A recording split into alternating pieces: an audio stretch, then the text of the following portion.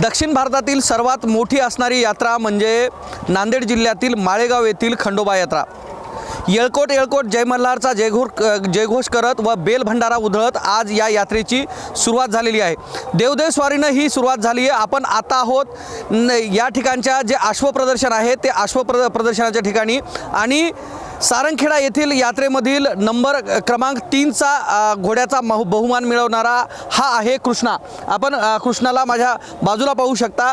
कृष्णा तब्बल 29 महिन्याचा हा अश्व आहे आणि याच्यावर पूर्णतः पांढऱ्या शुभ्र रंगाचा हा अश्व आहे आणि नांदेड जिल्ह्यातील कापसी येथील रहिवासी असणाऱ्या हे त्याचे मालक आहेत आणि हा नांदेड जिल्ह्यातील अश्व आहे। काय सांगणार, तुमचं पूर्ण नाव काय आहे आणि अश्वाची जी ब्लड लाईन आहे ती काय आहे?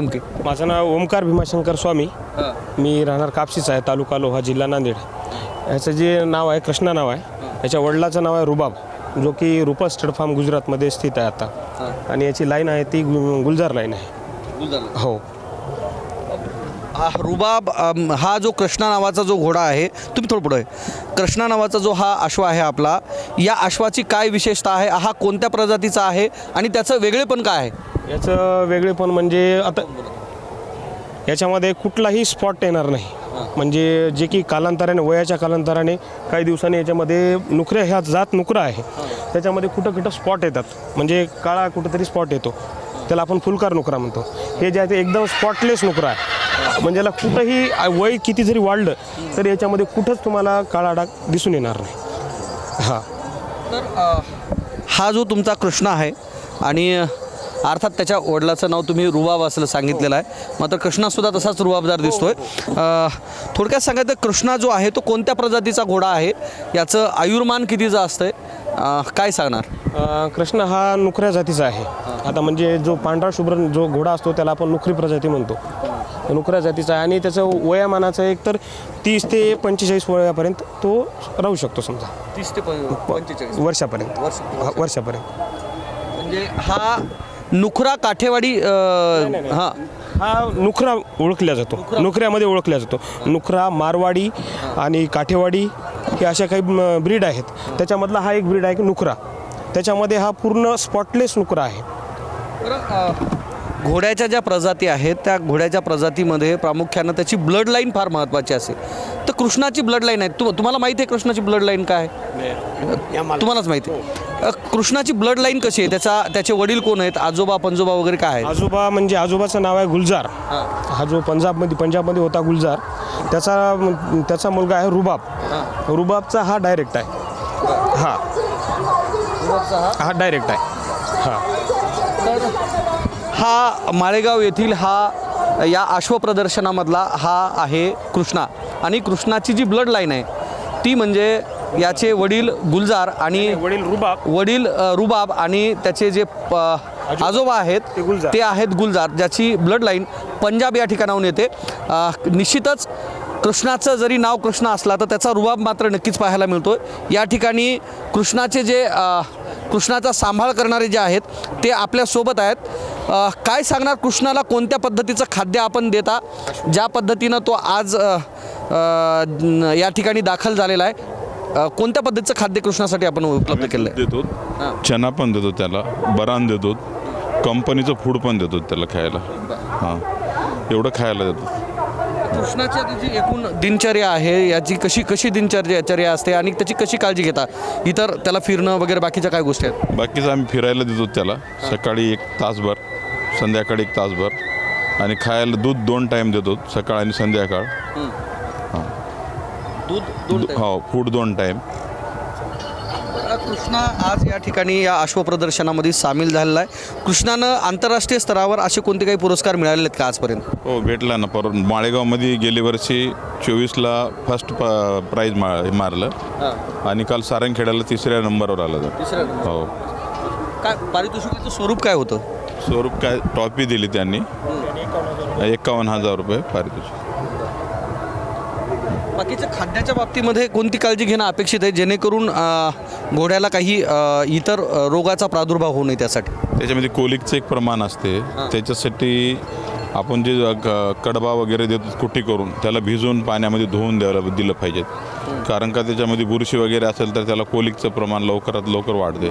आणि जो घोड्यामध्ये सर्वात आजार मोठा कोलिकचा आहे. कोलिकची दक्षता घेतली म्हणजे संपलं. डिवर्मेन हा 3 महिन्याला करावं लागतं. बरं, आज हे पशु प्रदर्शन अथवा अश्व प्रदर्शन सुरू झालं आहे. आजचा पहिला दिवस आहे. किती दिवस आपण या ठिकाणी थांबणार आहात? तर हे एकूण जे अश्व प्रदर्शन आहे किती दिवसाचं असं? आम्ही 10 दिवस थांबतो तिथं. कारण जिल्हा प्रशासनाच्या वतीनं आणि आरोग्य विभागाच्या वतीनं पशु आरोग्य जे आहे वैद्यकीय विभाग त्याच्या वतीनं काय काळजी घेण्यात आली? पाण्याची काय व्यवस्था आहे? कारण गेल्या वर्षी आज एका वर्षापूर्वी या ठिकाणी एका घोड्याचा दूषित पाण्यामुळे मृत्यूसुद्धा झाला होता. सध्याला तर पाणी आहे उपलब्ध आणि डॉक्टर लोकांची फिल्डिंग पण चांगली आहे. प्रत्येक ठिकाणी स्टॉल लावलेले आहेत. जर काही झालं तर आपण लवकरात लवकर घेऊन जाणे. तिथं रात्री 24 तास सेवा असते डॉक्टर लोकांची. पण या ठिकाणी आता पिण्यासाठी त्याला कोणतं पाणी देता तुम्ही? पाण्याचं आता ते त्यांचं टाकीचं पाणी येते. आम्ही बिस्लरीचं पाणी देतो.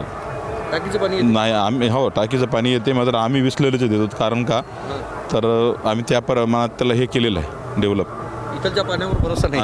नाही म्हणजे कारण का तर पाणी यांचं पण याचं येते ना. आम्ही अगोदर देत नाही, कधी पण देत नाही ते पाणी. बाहेरचं पाणी थोडंसं पाय सर्दी होते लगेच. सर्दी झालं की पुन्हा प्रॉब्लेम येतात. पण आता या ठिकाणी बाकीच्या सुविधा आहेत का? सोयी सुविधा जसं पाण्याची व्यवस्था असेल, रस्ते वगैरे आहेत, हे आहेत का? बरं आहेत का? ते नको ना. ठीक आहेत का? रिस्ते आहेत सर, रिस्ते आहेत ना सध्या. हसलेत तुम्ही काय अवस्था आहे? आता आहेत हे कसं, आता हे संस्थेची जागा आहे आमची. याच्यात रोड वगैरे करता आले नाहीत त्यांना.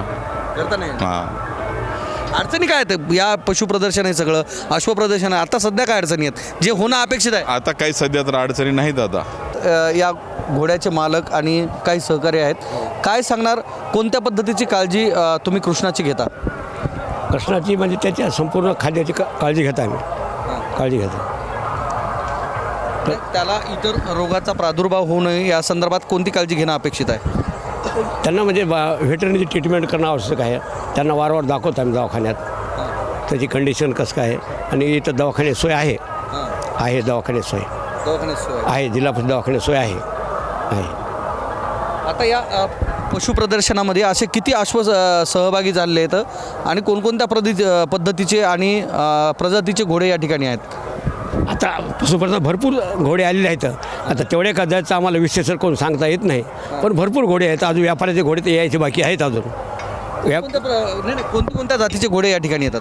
आता नुकरा आहे, कुमेद आहे, संजाब आहे, शिंद आहे, अशा जाती आहेत त्यांच्या त्याच्यामध्ये आहेत.